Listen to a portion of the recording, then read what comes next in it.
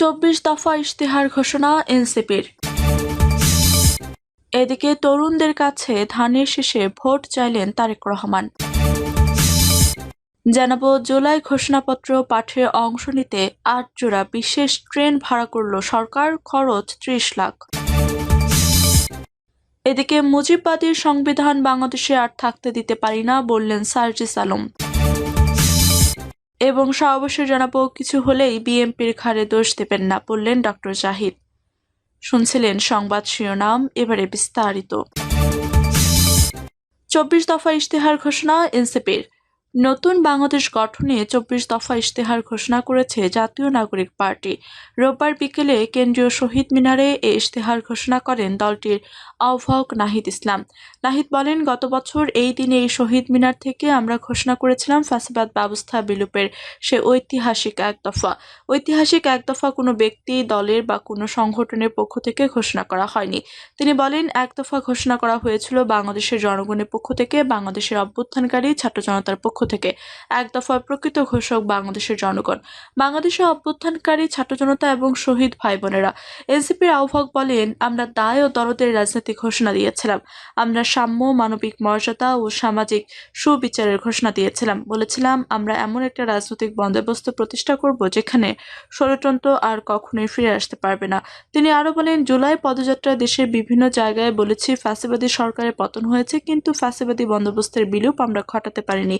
এরপর নাহিদ ইসলাম এনসিপির ২৪ দফা ইশতেহার ঘোষণা করেন। ২৪ দফা হলো এক, নতুন সংবিধান ও সেকেন্ড রিপাবলিক; দ্বিতীয়, জুলাই অভ্যুত্থানের স্বীকৃতি ও বিচার; তৃতীয়, গণতন্ত্র রাষ্ট্রীয় প্রতিষ্ঠানের সংস্কার; চতুর্থ, ন্যায় ভিত্তিক বিচার ব্যবস্থা ও আইনি সংস্কার; পঞ্চম, সেবামুখী প্রশাসন ও দুর্নীতি দমন; ৬, জনবান্ধব আইন শৃঙ্খলা রক্ষাকারী বাহিনী; ৭, গ্রাম পার্লামেন্ট ও স্থানীয় সরকার; ৮, স্বাধীন গণমাধ্যম ও শক্তিশালী নাগরিক সমাজ; ৯, সার্বজনীন স্বাস্থ্য; ১০, জাতি গঠনের শিক্ষানীতি; ১১, গবেষণা, উদ্ভাবন ও তথ্য প্রযুক্তি বিপ্লব; ১২, ধর্ম সম্প্রদায় ও জাতিসত্তার মর্যাদা; ১৩, নারী নিরাপত্তা, অধিকার ও ক্ষমতায়ন; ১৪, মানব কেন্দ্রিক ও কল্যাণমুখী অর্থনীতি; ১৫, তারুণ্য কর্মসংস্থান, বহুমুখী বাণিজ্য, শিল্পায়ন নীতি; টেকসই কৃষি ও খাদ্য সার্বভৌমত্ব; ১৮, শ্রমিক কৃষকের অধিকার; ১৯, জাতীয় সম্পদ ব্যবস্থাপনা; ২০, নগরায়ন, পরিবহন ও আবাসন পরিকল্পনা; ২১, জলবায়ু সহনশীলতা ও নদী সমুদ্র রক্ষা; ২২, প্রবাসী বাংলাদেশের মর্যাদা ও অধিকার; ২৩, বাংলাদেশপন্থী পররাষ্ট্রনীতি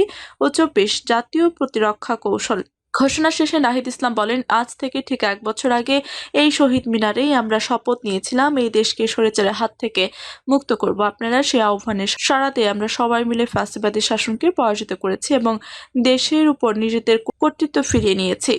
আজ আবারও এই শহীদ মিনার থেকে আমরা আপনাদের আহ্বান জানাচ্ছি, আসুন আমরা সবাই মিলে আমাদের সেকেন্ড রিপাবলিক গঠনে এই ঐতিহাসিক ২৪ দফাকে বাস্তবে রূপান্তর করে সকল নাগরিকের স্বপ্নে নতুন বাংলাদেশ করি। তরুণদের কাছে ধানের শীষে ভোট চাইলেন তারেক রহমান। তরুণ ভোটারদের কাছে ধানের শীষের জন্য ভোট চাইলেন বিএনপির ভারপ্রাপ্ত চেয়ারম্যান তারেক রহমান। তরুণ ভোটারদের উদ্দেশ্যে তিনি বলেছেন, তারুণ্যের প্রথম ভোট ধানের শীষের জন্য হোক। বিএনপির ভারপ্রাপ্ত চেয়ারম্যান বলেন, দেশের ১৩ কোটি ভোটারের মধ্যে গত ১.৫ দশকে প্রায় ৪ কোটি নতুন ভোটার যুক্ত হয়েছে।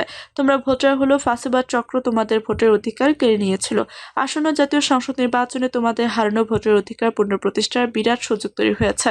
এই সুযোগকে কাজে লাগিয়ে স্বাবলম্বী বাংলাদেশ গড়ার লক্ষ্যে বিএনপি গৃহীত পরিকল্পনা বাস্তবায়ন করার জন্য পলাতক স্বৈরাচারের শাসন আমলের গত ১.৫ দশকে ভোট প্রয়োগের অধিকার বঞ্চিত ৩ কোটি ভোটার সহ সবার সমর্থন ও সহযোগিতা চাই। তারেক রহমান বলেন, ছাত্রদল নেতাকর্মী সহ সারা দেশের শিক্ষার্থী ও তরুণ প্রজন্মের কাছে আমরা একটি আহ্বান থাকবে। মন দিয়ে শুনো কি আহ্বান জানাতে চাই, তারপর সেই আহ্বান ছড়িয়ে দাও সারা দেশের শিক্ষার্থী ও তরুণ প্রজন্মের কাছে যারা নতুন ভোটার। আসো তাহলে বলি সেই আহ্বান, তারুণ্যের প্রথম ভোট ধানের শীষের জন্য হোক। তারুণ্যের উদ্দেশ্যে তারেক রহমান বলেন, শহীদদের কাঙ্ক্ষিত বাংলাদেশ গড়ার জন্য যা যা প্রয়োজন এবং নিজেদেরকে যোগ্য করার জন্য তোমরা সকলে তা গ্রহণ করবে। এই হোক আজকের প্রতিজ্ঞা। শিক্ষা ব্যবস্থার আমূল পরিবর্তন, কর্মসংস্থান ভিত্তিক শিক্ষা, যোগ্য নেতৃত্ব হিসেবে নিজেকে গড়ে তোলা, ইংরেজি সহ বিভিন্ন ভাষা শিক্ষা, ই-কমার্স, আউটসোর্সিং, উচ্চশিক্ষায় মেধাবী প্রজন্ম গড়ে তোলা, বিদেশে কর্মসংস্থানের সুযোগ সহ বিভিন্ন কর্ম পরিকল্পনার কথা তুলে ধরে বিএনপি ভারপ্রাপ্ত চেয়ারম্যান বলেন, সারা দেশের শিক্ষার্থী, ছাত্রদলের নেতাকর্মী এবং তরুণ প্রজন্মের ভাই বোনেরা এই সমাবেশে এবং সারা দেশের শিক্ষার্থী ও তরুণ প্রজন্মের সামনে বিএনপি গৃহীত কয়েকটি প্ল্যান প্রোগ্রাম তুলে ধরার অবশ্যই একটি উদ্দেশ্য রয়েছে। কি সেই উদ্দেশ্য, কি সেই লক্ষ্য? তিনি বলেন, সেটি হলো আমাদের প্রত্যেকেরই মা রয়েছে। একজন মায়ের চোখে বাংলাদেশে যেমন, অর্থাৎ আগামী দিনে আমরা নবীন ও প্রবীণ সবাই মিলে তেমন একটি বাংলাদেশ করতে চাই। একজন মায়ের চোখে যেমন বাংলাদেশ, তেমন একটি বাংলাদেশ আমরা গড়ে তুলতে চাই নবীন ও প্রবীণ সকলে মিলে। জুলাই ঘোষণাপত্র পাঠে অংশ নিতে ৮ জোড়া বিশেষ ট্রেন ভাড়া করল সরকার, খরচ ৩০ লাখ। আগামী ৫ই আগস্ট জাতীয় সংসদের সামনে আয়োজিত জুলাই ঘোষণাপত্র পাঠ অনুষ্ঠানে দেশ জুড়ে ছাত্র জনতার অংশগ্রহণ নিশ্চিত করতে ৮ জোড়া বিশেষ ট্রেন ভাড়া করেছে সরকার। এসব ট্রেনে মঙ্গলবার দুপুরের মধ্যে অংশগ্রহণকারীরা রাজধানীতে পৌঁছাবেন এবং অনুষ্ঠান শেষে একই ট্রেনে নিজ নিজ এলাকায় ফিরে যাবেন। পুরো ব্যবস্থার জন্য প্রাথমিকভাবে ব্যয় ধরা হয়েছে প্রায় ৩০,৪৬,০০০ টাকা, যা বহন করবে মুক্তিযুদ্ধ বিষয়ক মন্ত্রণালয়। বাংলাদেশ রেলওয়ে দায়িত্বশীল সূত্রে জানা গেছে, জুলাই গণঅভ্যুত্থান অধিদপ্তরের আবেদনের পর আজ রোববার রেলপথ মন্ত্রণালয়কে ব্যবস্থা নিতে নির্দেশ দেয় মুক্তিযুদ্ধ বিষয়ক মন্ত্রণালয়। চিঠি পাওয়ার কয়েক ঘন্টার মধ্যেই রেলওয়ে ট্রেনগুলোর রোড, সময় ও আসন সংখ্যা নির্ধারণ করে প্রস্তুতি সম্পন্ন করে। নির্ধারিত সূচি অনুযায়ী দূরবর্তী জেলা যেমন রংপুর, চট্টগ্রাম, সিলেট ও রাজশাহী থেকে ট্রেনগুলো ছাড়বে ৪ই আগস্ট রাতে এবং ৫ই আগস্ট ভোরে। আর ঢাকার আশেপাশের জেলা গাজীপুর, নারায়ণগঞ্জ, নরসিংদী, ফরিদপুর থেকে ট্রেন ছাড়বে অনুষ্ঠান শুরু হওয়ার কয়েক ঘন্টা আগে। অনুষ্ঠান শেষ রাত ৮টা থেকে ৯টার মধ্যে ট্রেনগুলো গন্তব্যে ফিরতি যাত্রা শুরু করবে। রেলওয়ের তথ্য অনুযায়ী সবচেয়ে বেশি ভাড়া নির্ধারণ করা হয়েছে রংপুর থেকে আসা ১৪ কোচের ট্রেনের জন্য ১০.৫ লাখ টাকা। চট্টগ্রাম থেকে ১৬ কোচের ট্রেনের জন্য ভাড়া ধরা হয়েছে ৭ লাখের বেশি। এছাড়া রাজশাহী, সিলেট, ফরিদপুর, গাজীপুর, নারায়ণগঞ্জ ও নরসিংদী থেকেও ভিন্ন ভিন্ন আসন সংখ্যা ও ভাড়ায় ট্রেন চলবে। এর আগে বিভিন্ন রাজনৈতিক দলও বড় কর্মসূচিতে অংশ নিতে একইভাবে ট্রেন ভাড়া করেছে। আজ ছাত্রদলের শাহবাগের ছাত্র সমাবেশে অংশ নিতে চট্টগ্রাম থেকে ২০ কোচের একটি বিশেষ ট্রেন ভাড়ায় আনা হয়। এর আগে জামায়াত ইসলামী সোহরাওয়ার্দী উদ্যানের সমাবেশ উপলক্ষে ৪টি রুটে বিশেষ ট্রেন চালানো হয়েছিল, যার ভাড়া ছিল প্রায় ৩২ লাখ টাকা। রেলওয়ে কর্মকর্তারা জানান, কোনো সংস্থা বা দল নির্ধারিত প্রক্রিয়ায় আবেদন করলে ট্রেনে ভাড়া দেওয়া হয়ে থাকে। এসব ট্রেনের সাধারণ ভাড়ার চেয়ে প্রায় ৩০% বেশি নেওয়া হয়। রেলপথ মন্ত্রণালয়ের সচিব মোহাম্মদ ফাহিমুল ইসলাম বলেন, আমরা নিয়ম অনুযায়ী ট্রেন ভাড়া দিয়েছি, সরকার অর্থ পরিশোধ করেছে, এটাই মূল বিষয়। মুজিববাদী সংবিধান বাংলাদেশে আর থাকতে দিতে পারি না, বললেন সার্জিস আলম। জাতীয় নাগরিক পার্টির উত্তরাঞ্চলের মুখ্য সমন্বয়ক সার্জিস আলম বলেছেন, আমরা স্পষ্ট করে বলতে চাই, ৭২-এর সংবিধান একটা দলের ছিল, যে সংবিধান আরেকটা দেশ থেকে পাশ হয়ে এসেছে। এই মুজিববাদী সংবিধান আর বাংলাদেশে থাকতে দিতে পারি না। তিনি আরো বলেন, আজ আমরা এই মঞ্চে মুজিববাদী সংবিধান ভেঙে চুরে শেষ করে দিয়ে নতুন সংবিধান চাইতে এসেছি। হতাশার কথা জানিয়ে সার্জিস বলেন, ২৩ বছরে পাকিস্তান শাসনে ছিলাম, অধিকার পাইনি। ৫৪ বছরেও দেশের অধিকার পাইনি। আজ থেকে ১ বছর আগে আমরা এই শহীদ মিনারে ছিলাম। এদিন হাসিনার পতনের ডাক এসেছিল, ১ বছর হয়ে গেছে, আজও আমাদের অধিকার পাইনি। আমরা আর হতাশার কথা শুনতে চাই না। সার্জিস আলম বলেন, ১ বছর আগে এই শহীদ মিনারে যারা ছিল তাদের অনেকে আজ শহীদ, তাদের পরিবার এখনো আছে। আমরা এই শহীদ ভাইদের হত্যার বিচার চাইতে এসেছি।